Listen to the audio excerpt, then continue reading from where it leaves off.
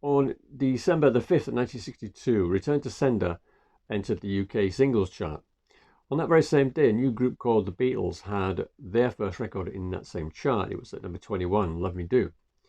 Elvis and Return to Sender went on their merry way to number 1, while the Beatles record stalled at number 17. Fast forward 3 months to the 6th of March 1963, and Elvis's next single, written by the same two songwriters, it was called One Broken Heart for Sale, entered the chart. And on that particular day, the Beatles were also in the chart with their next song, Please Please Me, which was at number 2, the first of their many huge hits. The Elvis record, however, stalled at number 12, and it was the first Elvis single not to break the top 10 for a long, long time. It seemed like everything had changed in that 3 months, and to anybody except die-hard Elvis fans, It Happened at the World's Fair must have seemed like a pretty uncool album back in 1963. Even if Elvis or anybody else in America had known about the Beatles at that point, they wouldn't have been able to do anything about it anyway. Elvis was well and truly on the movie treadmill by that point, and this is an album, it kind of seems appropriate that this was the album that came out at the time when the Beatles were taking over, because it's not a very popular album even with fans, and I think there are a few reasons for that, not least of which is the fact that the single was a very minor hit. There are also more than the album's fair share of what you might call children's songs. Cotton Candy Land, How Would You Like to Be, and even Take Me to the Fair has a sort of a kids song vibe to it. And there are also only 10 songs on the whole record. I actually really like the kids songs, especially How Would You Like to Be. The vocal melody is right there in Elvis's sweet spot, and it's reminiscent of Good Luck Charm here and there. Cotton Candy Land and Take Me to the Fair and Happy Ending are the weakest songs on the album, but they're far better than things like Hey Hey Hey or Carney Town on Roustabout. But the rest of the album, the other 5 songs, are all really, really strong in my opinion. You've got a couple of very good pop songs, so Beyond the Bend is probably the closest thing to a title movie theme for this album, because obviously there's no song called It Happened at the World's Fair. And Beyond the Bend is a very bouncy song with good pokey bass playing, and I like the positive message in the lyric, that things are going to be better around the bend. And perhaps even better than that one is on side 2, A World of Our Own. It's got a very rubbery vocal and great guitar playing, lovely guitar fills in that song. And the backing vocals are great too. And Elvis got that song down in one take. And this particular period has always been my favorite era for Elvis's voice. That's sort of 1960 to 63, 4. Just after he got out of the army, a better singer than he was when he went in. And just up to about the point where his voice started to get a bit deeper. The second song on the first side is Relax, which is kind of reminiscent of Fever on the Elvis Is Back album. What I like about Relax is the music and the lyrics really go together. It's as though the music is actually supporting the lyrics. You might recall in the movie Elvis is trying to get a woman to relax so he can have his wicked way with her. And perhaps she's, having doubts about it or not quite sure what to do. And you kind of get that feeling in the music. The music is kind of jumping around all over the place, a bit unsettled. You get these stray drum beats here and there and chops on the guitar and these little guitar licks that come out of nowhere. It's an excellent combination of music and lyrics. Relax, let's get cozy, baby, come on. Even concrete cracks cut loose. The other 2 songs on the album are both Don Robertson ballads, which means that they're probably going to be great songs. And they are actually very good. And the thing about Don Robertson songs is they tend to have quite a large vocal range between the lowest and the highest notes. And that's the case with both of these songs, well over an octave between the lowest and the highest notes. And Falling in Love Tonight is a very, very pretty song. And it's good to hear the organ. That's an instrument that we didn't hear too much on Elvis's music. But the better of the 2 songs is They Remind Me Too Much of You, which appeared on the B-side of One Broken Heart for Sale. I actually wish they'd pushed They Remind Me Too Much of You as the A-side. I think that probably would have cracked the top 10, at least in the UK. If you haven't heard the version on the 60 CD set, the RCA albums collection, Try and listen to that if you can, because the bass is brought up in the mix and it's got a fantastic sound.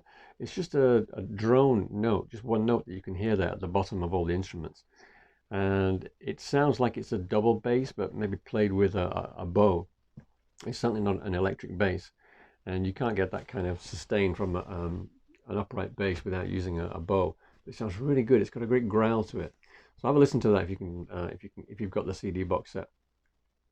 And just like I'm Falling in Love Tonight, this one has a big vocal range in it. There's a long way between the lowest note and the highest note, but Elvis just absolutely gets it right, 100%.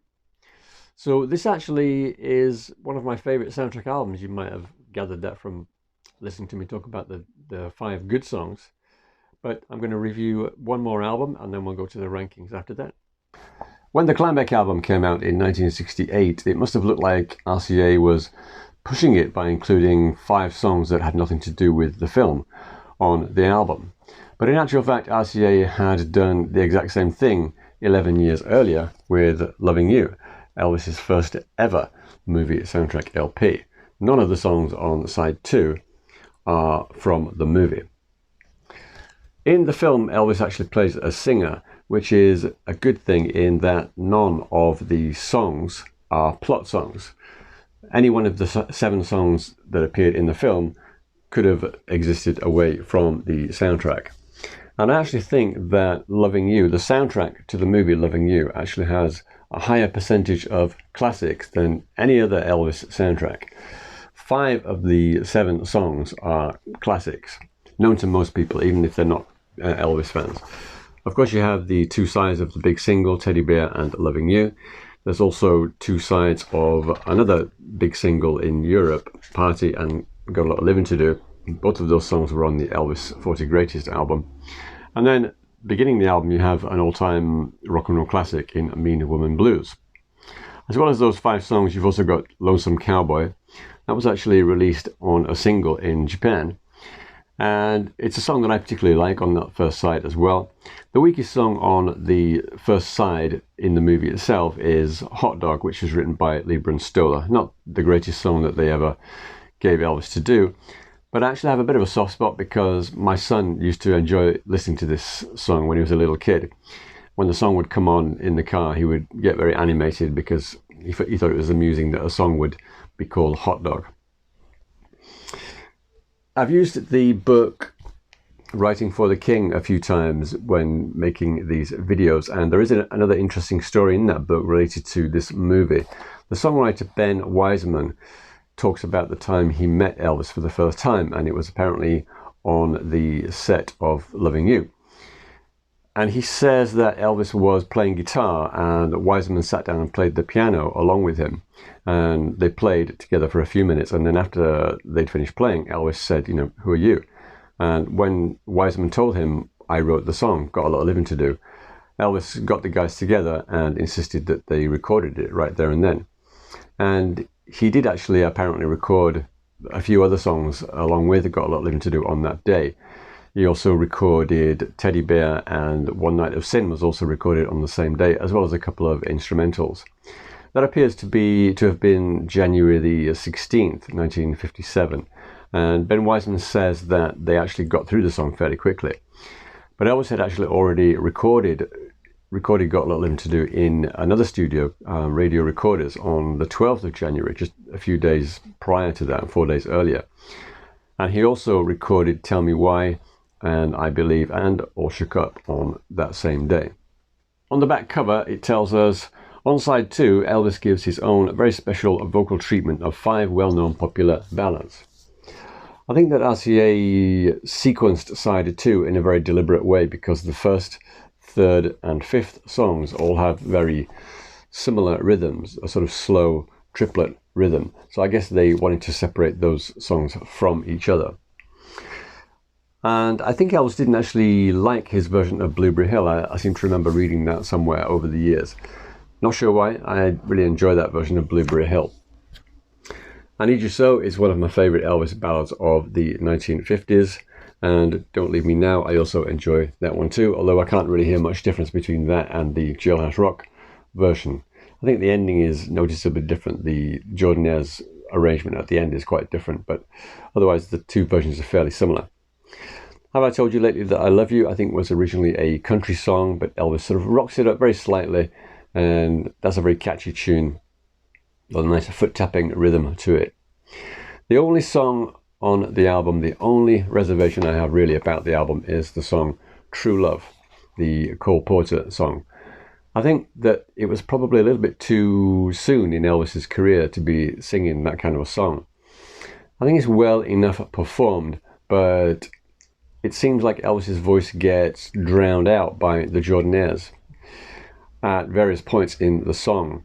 And I also think that the song drags a little bit in the You and I Have a Guardian Angel part. It does, however, have a really good ending. I like the way it ends. For me, I think it would have been an even better album if they'd actually included the song Tell Me Why, which, as I mentioned earlier, Elvis had already recorded by that point. Why that song was held back, I'm not sure. I think it would have been a better fit on this album than True Love. Alright, just before the rankings, I'm going to show you another DVD set that I have acquired here in Japan. This is another Paramount set, actually. Another box set. Paramount Movie Collection 25th Anniversary Limited Deluxe Box. So 25th anniversary of Elvis's death. So it came in this clear slip case, and it has this sort of brushed gold effect case, and on the inside it just has 4 DVDs here. I think these are Elvis's biggest Paramount films: GI Blues, King Creole, Blue Hawaii, and Roustabout. And it also came with a nice booklet, the photos. It actually has quite a few photographs from Easy Come, Easy Go, which is not part of this set. One of the funny things about DVDs in Japan, Elvis DVDs in Japan, is that you can't buy Loving You on DVD in Japan. I actually have a UK copy, and the UK has the same region, DVD region, as Japan, so I'm able to play UK DVDs in Japan. But for some reason you can't buy the Loving You movie on DVD in Japan.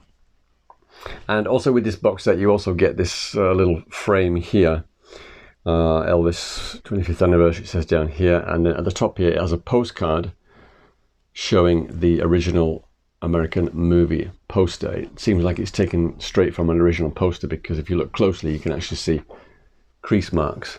They're not on the postcard, but they were presumably on the original poster. And it has like a little fold out thing here, if I can get that right, so you can, you know, stand it on your mantelpiece if you want to. And just on the subject of DVDs which you can't buy in Japan, there are a few other ones which I can't get hold of here. They are Kid Galahad and Change of Habit. I have the UK copy of that one. And Tickle Me. I actually have a Japanese dubbed version of Tickle Me that somebody recorded off the television for me, but there's no official Tickle Me DVD video. So how about where you live? Are there any DVDs that are not made where you live? Let me know in the comment section below. Okay, we're just going to go to the rankings to end this video then. So Loving You, no question about it, it's going straight to the top of the rankings at this point. And the other album we looked at today, It Happened at the World's Fair, is actually going right behind it at number 2. Let me know what you think of the rankings and so on in the comment section below. Thanks for watching. Cheers.